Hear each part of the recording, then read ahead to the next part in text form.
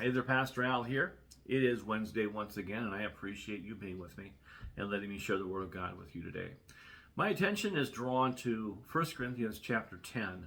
And, with temptation, there's a great promise from the Bible in Hebrews chapter 4 that it says that we have a high priest who can understand what we're about because he was tempted in every way that we are, except he remains sinless. I'm paraphrasing that verse, of course.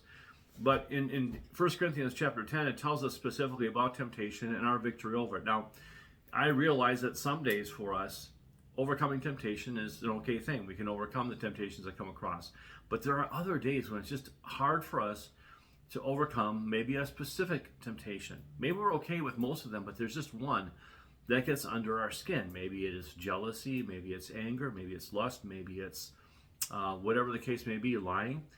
Those temptations and testings to do those things, usually when they come at the intensity, come from two different sources. Number one is, and the one we'll give the most credit to sometimes, is the enemy, Satan himself. And we know that Satan was there at the Garden of Eden. He was the tempter that brought Eve to the point where she partook of the fruit of the tree of knowledge of good and evil, and Adam did also. And so we know that he is the tempter today for the brethren, that he will one day be destroyed. But until that day, Satan has an ability and a permission to tempt us. And even Jesus Christ was tempted by the enemy, by Satan himself. And so sometimes we give credit to Satan for temptation, but that's probably not the source I want to deal with today. I want to deal with the flesh nature that we have within us. One thing that came along with the fall of man was an awareness and a new nature that he had never possessed before. He had never possessed a nature that was sinful. But yet when they took the fruit, they had a new knowledge of evil. They had a new knowledge of good. They had a new knowledge of the relevance of those two as they coincide. And also man became responsible for sin in his life for the very first time.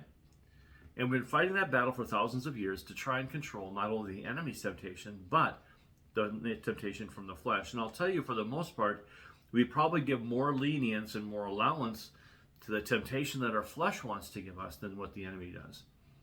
Because number one, it satisfies us within, and it's really what the flesh craves is what we want to satisfy.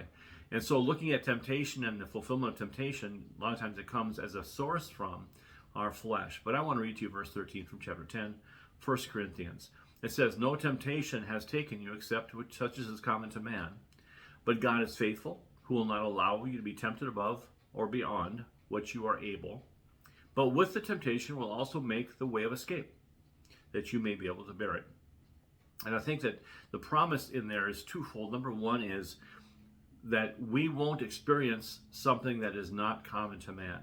You've experienced temptations, you've experienced testings, and one of the lies of the enemy was that no one understands you, no one understands your temptation, no one understands your failures. But I'll tell you, it's not something that's not uncommon to man. Every man has faced temptations like yours from the same source as yours. They may look differently, they may manifest differently sometimes, but the source is still the same.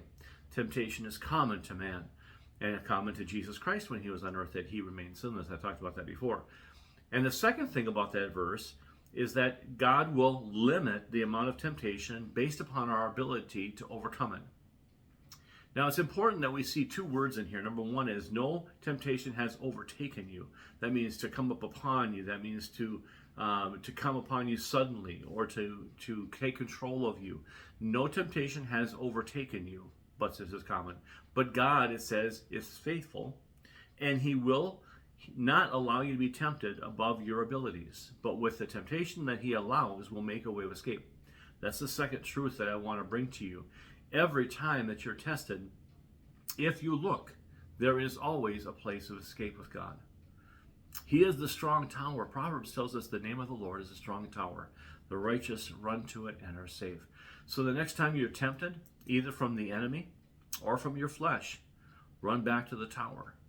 Because we know that nothing that God allows is greater than our ability to overcome. May you find that an encouragement today. Have a great day in Jesus.